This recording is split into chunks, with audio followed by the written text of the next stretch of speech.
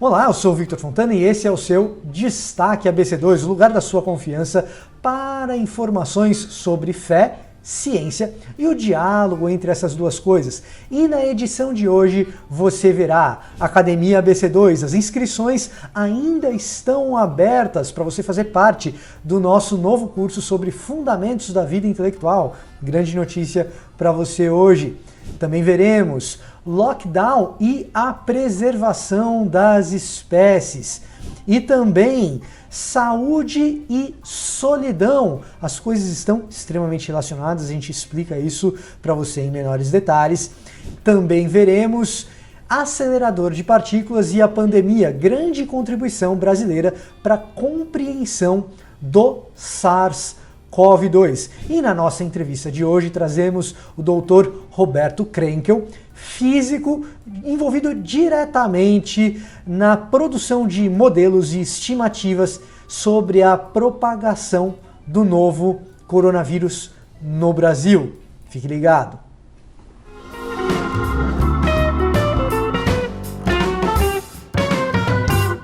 Academia ABC2. Uma das boas notícias do dia fica por conta do nosso curso da Associação Brasileira de Cristãos na Ciência sobre Fundamentos da Vida Intelectual. Sim, ainda há tempo para você fazer a sua inscrição. E é uma boa notícia justamente por causa disso. Tinha gente aí preocupada se ia conseguir se inscrever ou não. Ainda há tempo. Tem link aqui na descrição do vídeo. Então, fica o convite para que você se junte a nós, faça a sua inscrição na Academia ABC2, Fundamentos da Vida Intelectual, um curso especial para você. Lockdown e a preservação das espécies. Sim, eu sei que diante da tragédia humana que a gente atravessa com a crise pandêmica, falar em boas notícias, especialmente quando a gente fala de preservação de outras espécies, pode soar um tanto insensível e na verdade é.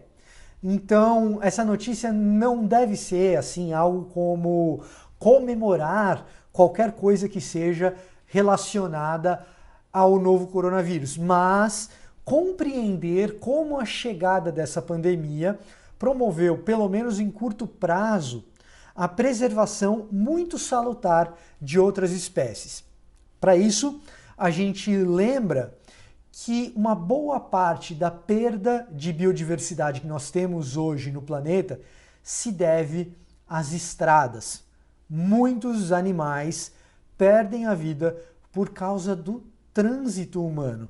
De forma que isso hoje é mais preocupante para alguns conservacionistas do que a própria caça. Nós acabamos perdendo muito da nossa biodiversidade nas estradas por meio dos atropelamentos. Com o confinamento por causa da pandemia, existe agora uma espécie de retardamento na perda dessa biodiversidade, na perda da vida de diversas espécies, inclusive uma liberdade maior para que exista reprodução em algumas delas. Ainda existe debate na ciência a respeito dos efeitos disso no médio e no longo prazo, mas entre alguns dos cientistas que têm falado em biodiversidade, existe um relativo otimismo, justamente por causa da reprodução de algumas dessas espécies que seria simplesmente impossível sem aquilo que tem sido chamado de antropopausa, ou seja, a pausa da interferência humana nesses biomas.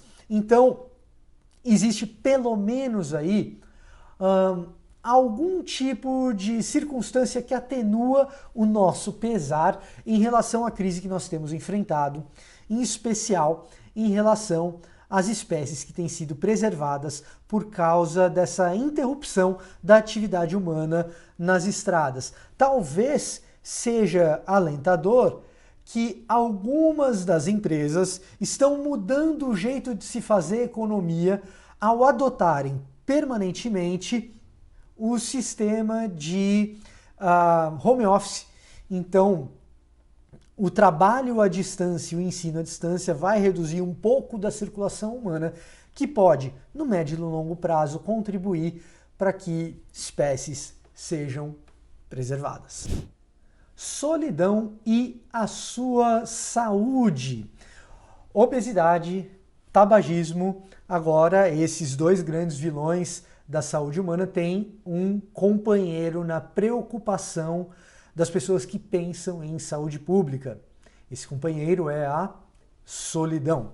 Pesquisas recentes, antes mesmo do confinamento, do isolamento social, davam conta de que a sensação de solidão entre americanos aumentou nos últimos anos. Pessoas que se declaram solitárias ou que se dizem sentir sozinhas chegam a 61%, ou chegavam a 61% no ano de 2018, ou seja, antes mesmo da gente enfrentar essa crise toda.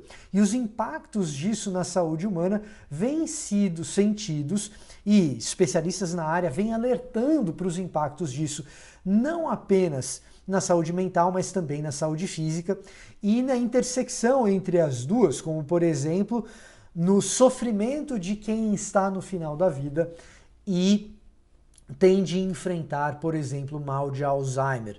Então isso vem preocupando muito as pessoas e, sobretudo, isso se torna um grande desafio pela dificuldade de mensuração de solidão, que é um valor subjetivo. Como que a gente mede quem está sozinho ou quem apenas se sente sozinho? Quem se sente sozinho, apesar de estar em meio a muitas pessoas, um mal presente da urbanização, do estilo de vida cosmopolita, e isso é especialmente preocupante para aqueles que estão na faixa etária entre 18 e 22 anos de idade, a geração Z, que se diz muito mais solitária do que o restante da humanidade. Diante disso, fica feita a recomendação desses especialistas em saúde de que nós busquemos uma vida social mais ativa, que a gente se lembre de outras pessoas. Em especial, fica feito um desafio para nós que propomos esse diálogo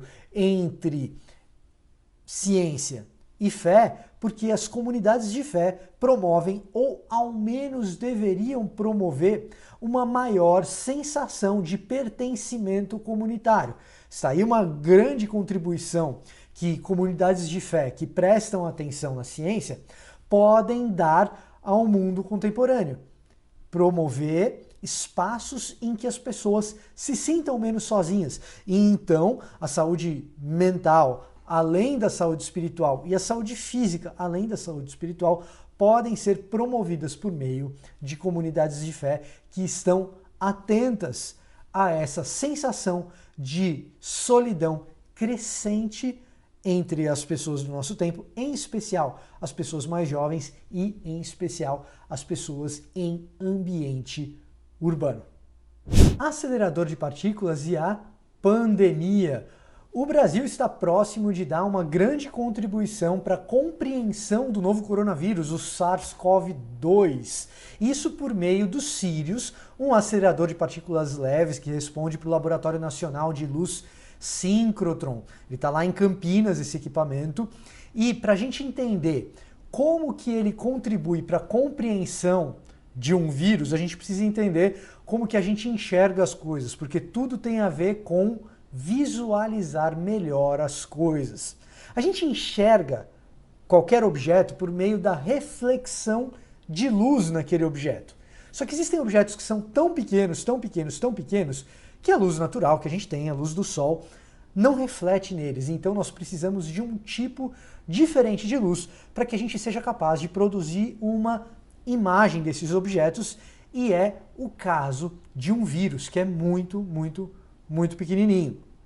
A luz síncrotron, ela se presta precisamente a esse serviço. Ela é produzida por meio da aceleração de elétrons, que essa aceleração de elétrons por meio desse aparelho gigantesco que está lá em Campinas, o Sirius, essa aceleração de elétrons, ela dispersa, ela desperdiça, vamos dizer assim, feixes de energia que se dão na forma dessa luz, desse feixe diferente de luz, que nos permite enxergar melhor um nanomundo, um mundo de nanopartículas, entre as quais estão proteínas e proteínas como RNA ou como a capa proteica de um vírus. Então a gente consegue enxergar por meio desse tipo diferente de luz, a luz síncrotron, esses vírus, e, em especial, o novo coronavírus.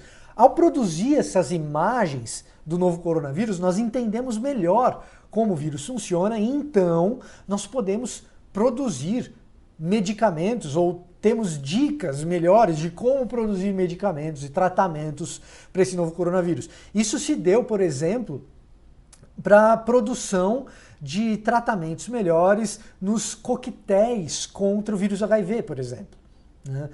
E o Laboratório Nacional de Luz Síncroton, né, ele tem, entre outros objetivos, utilizar os Sirius precisamente para entender melhor vírus e outras nanopartículas. Existem outras aplicações, mas quando a gente faz um laboratório desse tipo e o investimento ele é colocado tão grande, porque foi um investimento caro para que aquilo fosse produzido ali em Campinas, né? Investimento alto para que aquilo fosse produzido em Campinas, tem como objetivo produzir exatamente resultados que nos permitam combater melhor doenças como essa ou atingir outros avanços tecnológicos úteis para o ser humano. E se tem um atestado de utilidade melhor do que esse, eu desconheço. Então, nós estamos bem próximos de ter aí uma contribuição da física para que a gente entenda melhor uma doença numa interdisciplinaridade, um exemplo enorme de interdisciplinaridade como a ciência, apesar de no Brasil nós termos dificuldade em financiar a ciência, como a ciência, quando bem financiada, pode nos ajudar. E a física não nos ajuda só nisso, a matemática não nos ajuda só nisso, também nos ajuda com projeções, estimativas, compreensão melhor da realidade e compreensão melhor da realidade, inclusive diante de uma pandemia. Para conversar sobre isso, nós trouxemos sim um físico que está na ponta da produção de conhecimento para saber como é que a doença se espalha, Dr. Roberto Krenkel, que nos atendeu prontamente para conversar sobre modelos matemáticos, estimativas a respeito do espalhamento do coronavírus. Então, vamos ficar com a nossa entrevista de hoje e entender isso muito melhor.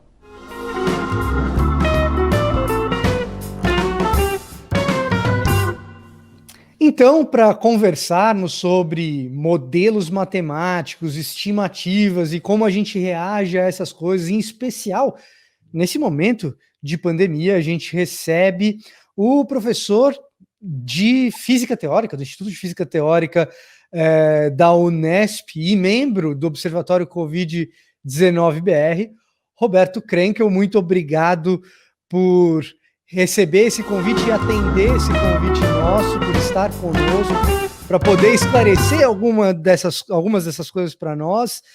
E, professor, eu queria já começar perguntando para você, desde que essa crise toda começou, se o seu trabalho aumentou muito, como que o teu trabalho mudou do que vinha sendo de dar aulas no Instituto de Física Teórica e passou a fazer parte também da tua vida, fazer parte aí do Observatório Covid-19. Se puder explicar para a gente o trabalho do Observatório para a gente começar, seria muito bom. Bom, inicialmente, muito obrigado pelo convite. É um prazer aceitar esse convite para falar de assuntos certamente relevantes para a atualidade, né?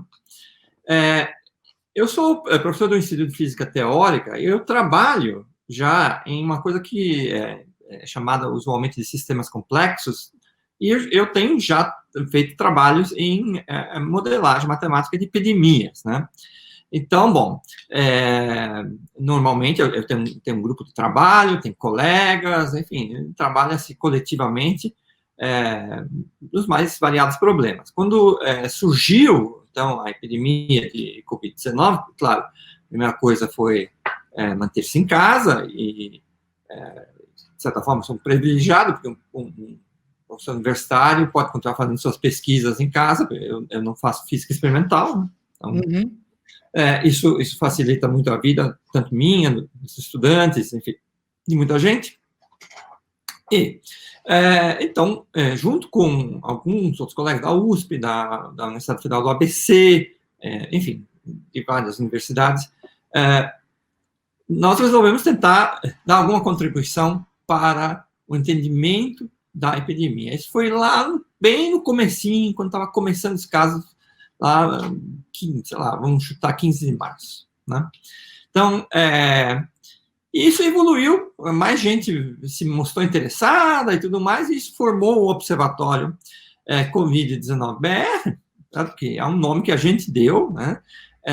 Que reúne pessoas de diversas áreas, né? Eu sou físico, tenho colegas matemáticos, biólogos, epidemiologistas, médicos, enfim, tem uma gama de pessoas, muitos são estudantes de pós-graduação, por exemplo, mestrandos e doutorandos, né? E se formou esse conjunto de pessoas com uma grande gama de conhecimentos diversos, cada um com um pouco da sua área, os métodos da sua área e tudo mais. A gente conversa muito bem e isso permitiu com que a gente começasse a contribuir de uma forma mais forte sobre o entendimento do Covid-19. Tá? A gente começou olhando a fase inicial, a curva exponencial, etc. E tal. A gente depois veio a fazer modelos, veio a interagir também com o pessoal da saúde pública para usar bases de dados que o governo fornece, um pouco a conta-gotas, mas fornece, e que permitem fazer uma série de cálculos, vamos dizer assim, sejam eles da ordem da estatística ou dos modelos matemáticos mais propriamente dito. Nossa principal missão, vamos dizer, é a informação pública, certo? Sobre o que tem acontecido, quais são as perspectivas para a Covid-19 no Brasil. Uhum. Também nós temos diálogos com gestores públicos que nos procuram e gostariam de saber nossa opinião. Professor, uma das coisas que eu costumo conversar, principalmente com quem não está tão habituado com essa área de estatística, de modelagem, de estimativas, eu mesmo, de formação, sou jornalista, né? E tenho aí algum prazer em ver alguns desses modelos por causa da economia. Uhum. E uma das coisas que eu costumo conversar com essas pessoas é da dificuldade a respeito de se trabalhar com funções matemáticas ou com equações matemáticas cheias de variáveis, muitas das quais a gente tem que assumir ou estimar. Então, a gente está tentando imaginar como seria o futuro a partir de uma série de informações, algumas delas a gente não tem muita certeza a respeito da precisão delas. Como que a gente trabalha no dia a dia e como tem sido o trabalho em relação a isso quando se fala de uma pandemia e da previsão do que vai acontecer com essa pandemia, sendo que você acabou de dizer, alguns desses dados são a conta-gotas, outros deles são simplesmente o que a gente imagina que vai ser. Pelo menos agora a gente tem um pouco mais de base sólida, mas o senhor comentou do começo da pandemia no Brasil. A gente tinha, por exemplo, a questão de que a pandemia tinha atingido majoritariamente países de primeiro mundo com um sistema médico diferente do nosso, ou com um saneamento básico diferente do nosso. Como que a gente adiciona elementos como esses na equação para poder fazer previsão, por exemplo? Bom, então aí tem várias questões envolvidas, né?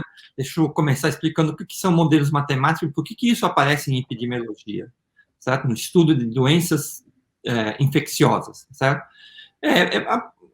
Digamos, aparece de certa forma naturalmente, porque todo mundo aqui atualmente acompanha um pouco os números, quantas pessoas foram infectadas na cidade, no país, quantas pessoas morreram, quantas se recuperaram, etc, etc. Tudo isso são números, certo? E, portanto, a matemática encontra um lugar natural para tratar disso. Os modelos mais básicos, você faz o seguinte, você olha com a população que está em risco, pode ser, por exemplo, a população da sua cidade, e você subdivide a população entre categorias. A categoria das pessoas que estão susceptíveis, ou seja, não têm imunidade, podem pegar a doença, pessoas que estão infecciosas, ou seja, pegaram a doença e transmitem a doença, e as pessoas que se recuperaram da doença, certo? E, eventualmente, também as pessoas que morreram da doença, certo? esses números de susceptíveis, infectados, recuperados e mortos vão mudando com o tempo, e a gente consegue escrever equações que relacionam a variação de uma dessas variáveis com a das outras variáveis. E é assim que surgem os modelos matemáticos propriamente ditos. Uma das coisas boas dos modelos matemáticos é que também é possível quantificar a incerteza associada digamos, às suas previsões, às suas estimativas. Né? Por que há incertezas? Há incertezas porque os dados que nós obtemos nunca são exatos. Tá? O número de casos, o número de enfim, pessoas internadas, não é uma coisa que a gente saiba exatamente. Então, sempre tem uma incerteza sobre o número que tem. Quando você faz com que seu modelo, porque seu modelo tem que ser tal que ele explique o passado, né? Quer dizer, ele seja conforme ao passado e, para isso, possa projetar alguma coisa para o futuro. Né? Então, você faz ele ficar conforme ao passado, sabe? Se o seu passado tem incertezas, claro que quanto mais você projetar para o futuro, ele também terá mais incertezas. Mas a maior incerteza, na realidade, das estimativas e projeções para o futuro, né, é o seguinte, né, digamos, a forma como a epidemia se espalha e como ela evolui dentro da sociedade depende, em grande parte, de medidas de saúde pública tomadas pelas autoridades. Tá? É natural. A gente vê, por exemplo, que você tinha em março uma epidemia em franco crescimento, com uma trajetória catastrófica. Tá? Foi feito em muitas cidades, foi introduzido o distanciamento social, você deve ficar em casa, trabalhar remotamente, ou se deslocar o menos possível, enfim, tudo isso que a gente está acostumado a essa altura, tá? E isso fez com que o número de casos diários diminuísse, tá? Em relação ao que era antes de tomar essas medidas. Então, as medidas têm um impacto muito grande sobre a transmissão da doença, porque, por exemplo, no caso do isolamento social, se você tem menos contatos, você tem menos contágio. Ponto. Muito bem. Para o futuro, a gente não sabe quais serão as medidas que governantes, enfim, autoridades em geral, ou mesmo a reação da população existirão, certo? Então, todas as projeções que nós podemos fazer para o futuro são sempre ditas projeções de cenários. Suponha que tudo continue como está atualmente, qual será o curso da epidemia. Suponha que a partir do dia X, nós vamos deixar de tomar as medidas de distanciamento social. Qual será o curso da epidemia? Suponha outras coisas e mais coisas, e isso, cada um dessas coisas tem uma projeção. A gente nunca pode falar, vamos dizer, estritamente em predição, porque prevê comportamento humano. A gente pode dizer, se isso, então aquilo. Mas isso que eu mencionei, muitas vezes a gente não sabe e, portanto, a gente não pode ter certeza das coisas. Né? Agora, os modelos matemáticos, eles servem também para dar as grandes linhas de que você espera. Não tanto predizer, né? Mas dar as grandes linhas do que você espera, tanto para o futuro, ou entender o que já se passou. Certo? Então, o observatório tem um grupo de pessoas que fazem modelos, são modelos matemáticos imensos, são grandes, complicados, enfim, não vou entrar em nenhuma falta técnica aqui, tá certo? Mas acreditem que tem muitas variáveis, muitas funções, né, tudo mais, são equações diferenciais, enfim, uma série de coisas. Existe uma outra coisa que é um pouco diferente, que são os modelos baseados em estatística. Quer dizer o seguinte, você pode se basear em coisas que aconteceram no passado, que eventualmente você saiba que tem incertezas, certo? Para tentar calcular o futuro mais imediato, as próximas semanas. Tá? A gente tem, e isso é muito importante no Brasil, mas existe em todo o mundo, em alguma medida, uma questão de atrasos nos números, os chamados atrasos de notificação, certo? Que é o seguinte, a pessoa é internada, por exemplo, e isso vai gerar uma ficha de notificação, né?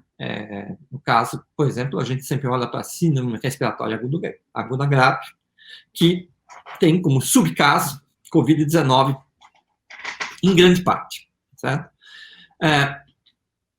Muito bem, então você não tem certeza exata do número de pessoas que têm essa síndrome, nem de quais pessoas vão testar positivo, certo? De modo que você não sabe se a pessoa ainda não fez o exame, ou se o exame ainda não está pronto, ou não foi nem digitado no sistema mesmo estando pronto, certo? Você não sabe quantos casos tem agora, certo?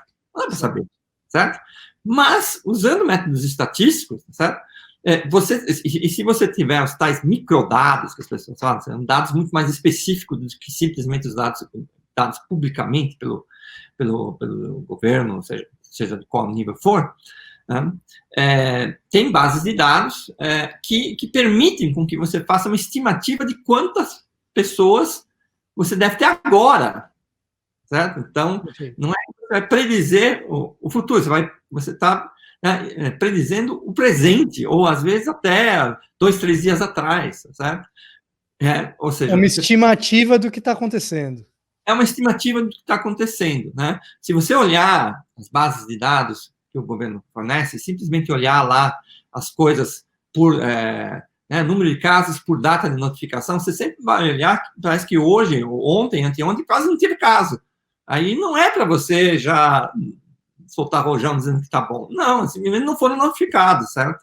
Então, conforme passa o tempo, essas notificações vão aparecer, tá certo? Então, bom, para saber, enfim, para tentar se antecipar isso, não ter que esperar um mês para saber quanto foi o resultado, para tentar, digamos, seguir mais de perto a epidemia, você tem esses métodos estatísticos que fazem o que as pessoas tecnicamente chamam de nowcasting, que seria essa atualização, uma estimativa do que existe hoje em dia.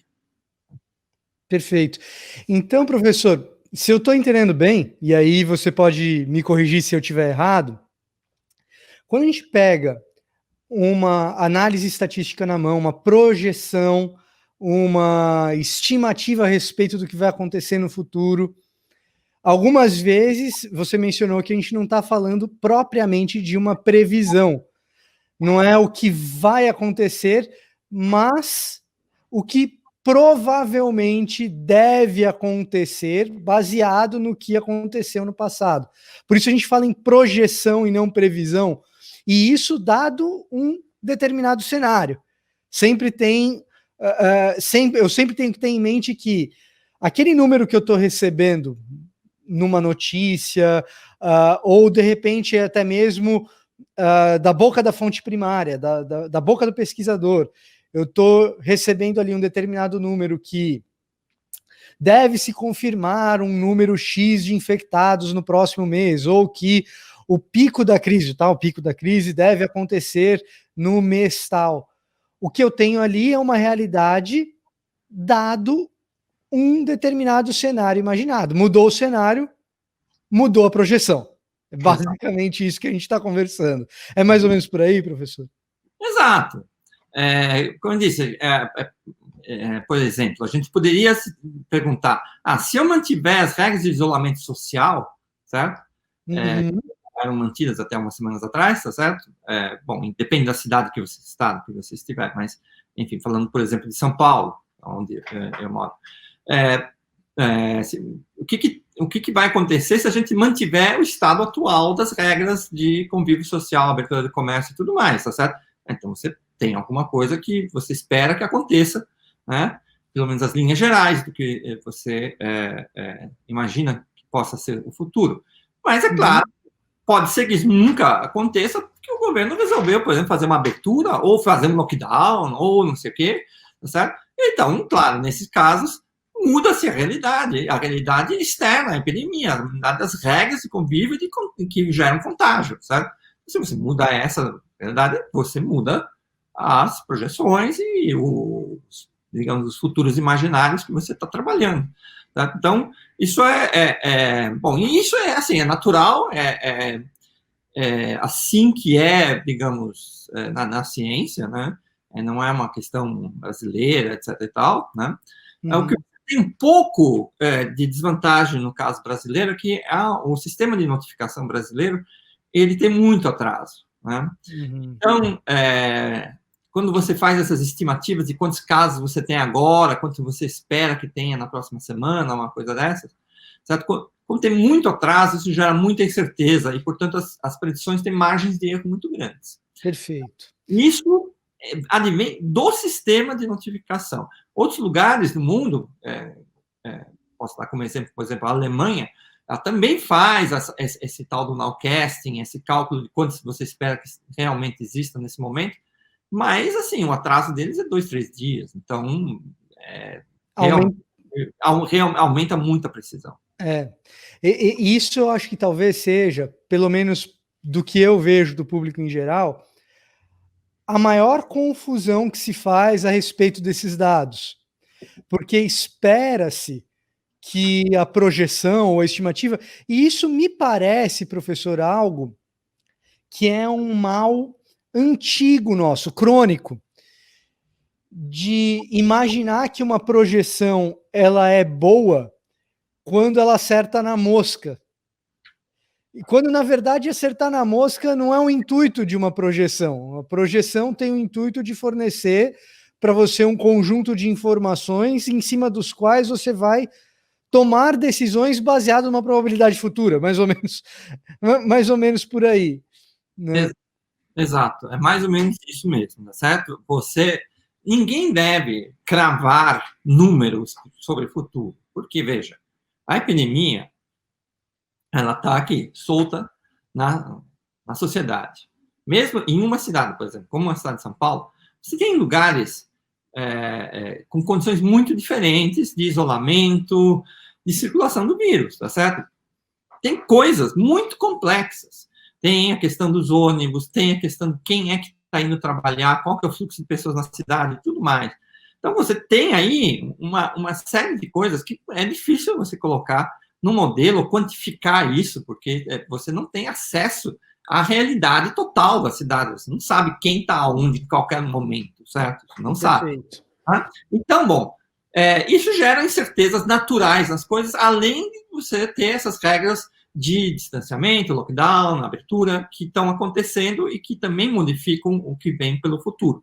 Mas mesmo que mantivesse as regras, um sistema como a sociedade e a epidemia nessa sociedade é um sistema complexo, é difícil você fazer uma predição exata.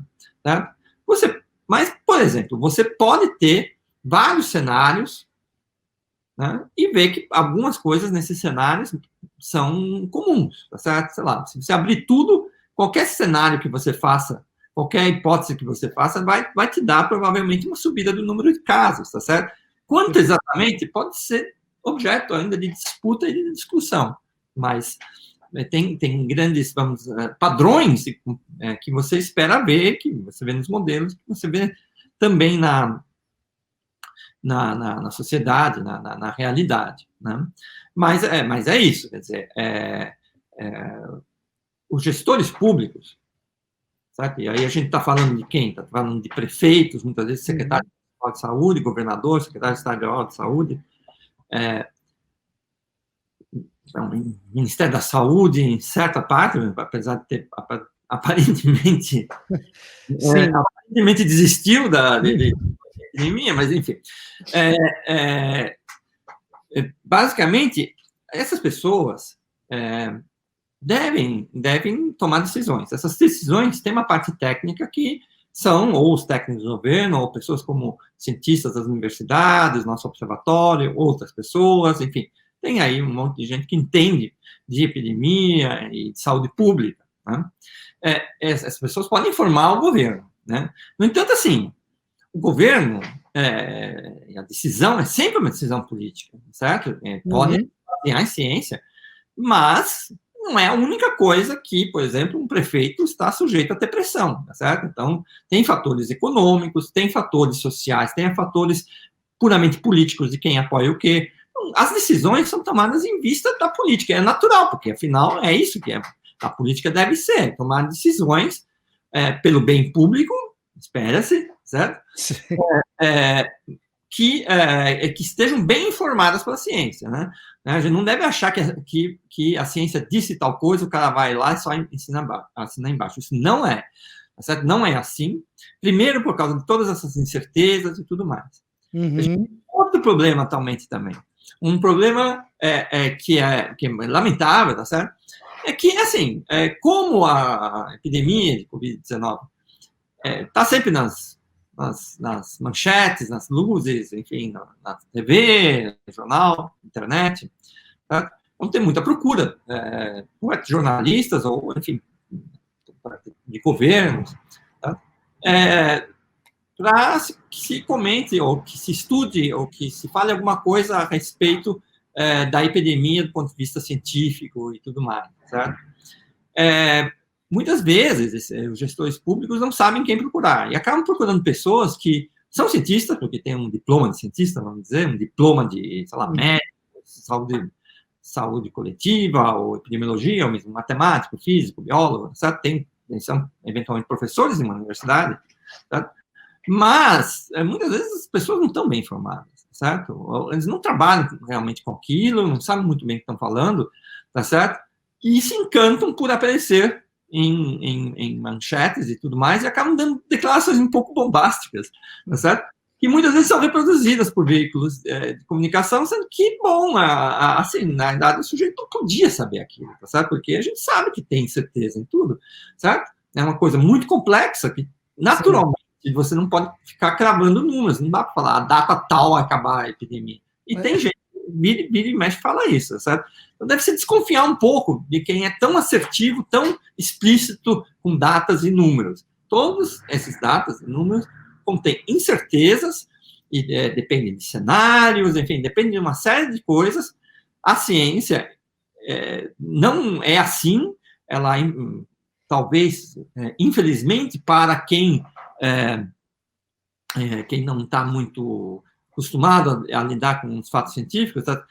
Pode parecer que, mas é tudo meio complicado. Não, o mundo é complicado, a ciência simplificar o mundo, tá certo? Ela vai tentar compreender isso e fazer o melhor que pode em relação a isso, né? A gente está falando agora de epidemiologia, mas claro que isso se aplica a outras áreas também envolvidas com Covid-19, que enfim, de bioquímica, de farmacologia e tudo mais. É natural, é assim, certo?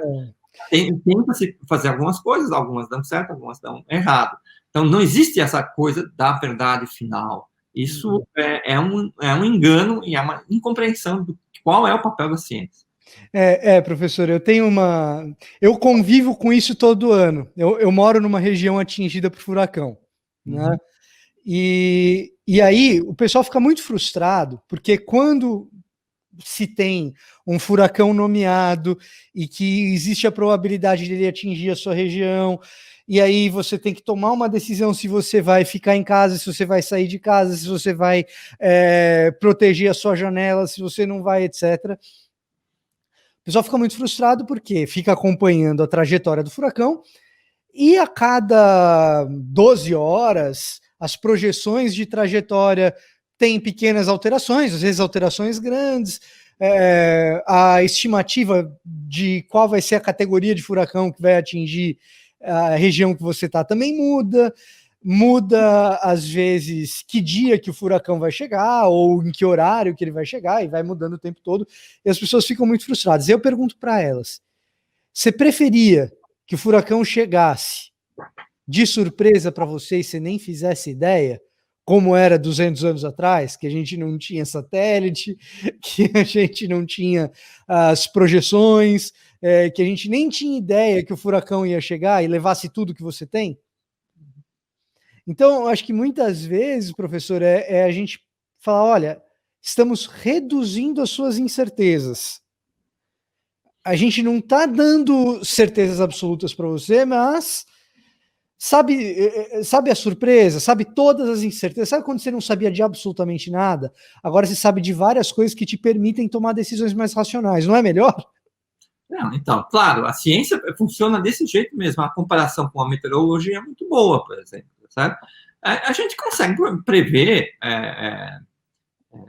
tempo, vamos dizer assim, no máximo 10 dias, mas com 10 dias já tem uma chance de estar errado muito grande, 7 dias, vamos dizer. São essas previsões de tempo, tá certo? E elas não são exatas também, mas é melhor você saber que vem uma frente fria, que vai chegar, e que você espera que, sei lá, de tarde vai chover, mas talvez não consiga calcular o horário, mas, bom, já é alguma coisa, certo? É alguma coisa que ajuda muito a você se prevenir e tudo mais. Tanto que, por exemplo, tem muitas empresas que contratam os serviços de meteorologia, né? Existem empresas de meteorologia, empresas, por exemplo, que fazem predição, e que, por exemplo, fazendeiros ou indústrias contratam serviços deles para dar alertas, e isso tem um valor econômico muito grande, etc. e tal, mesmo não sendo com a precisão total, certo?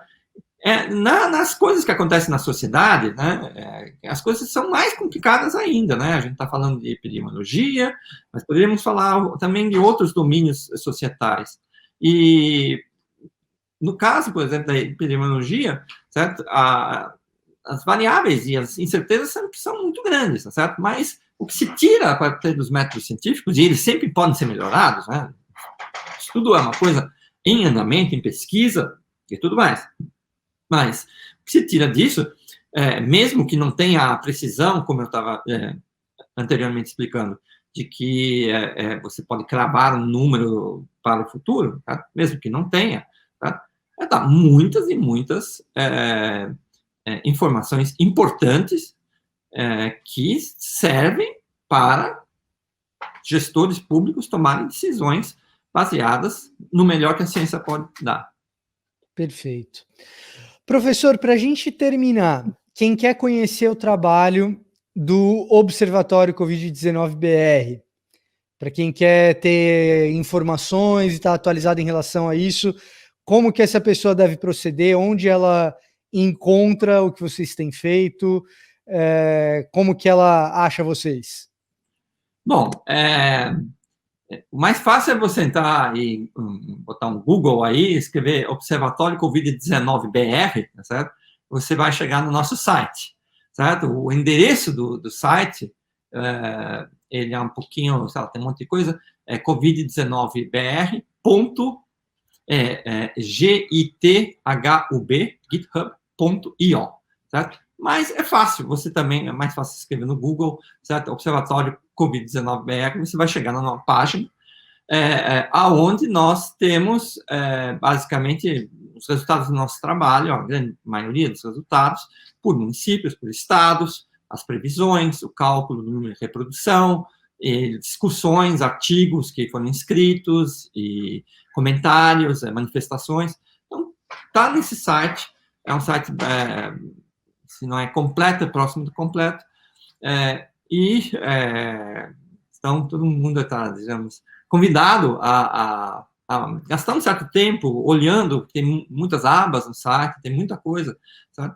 Se inteirando nisso aí, certo? É claro que se alguém quiser contato direto conosco, tem lá no site também o nosso e-mail de contato, e você esperar uma resposta, pode não ser imediata, mas em 24 horas, vamos dizer que tem alguém que olha isso, certo?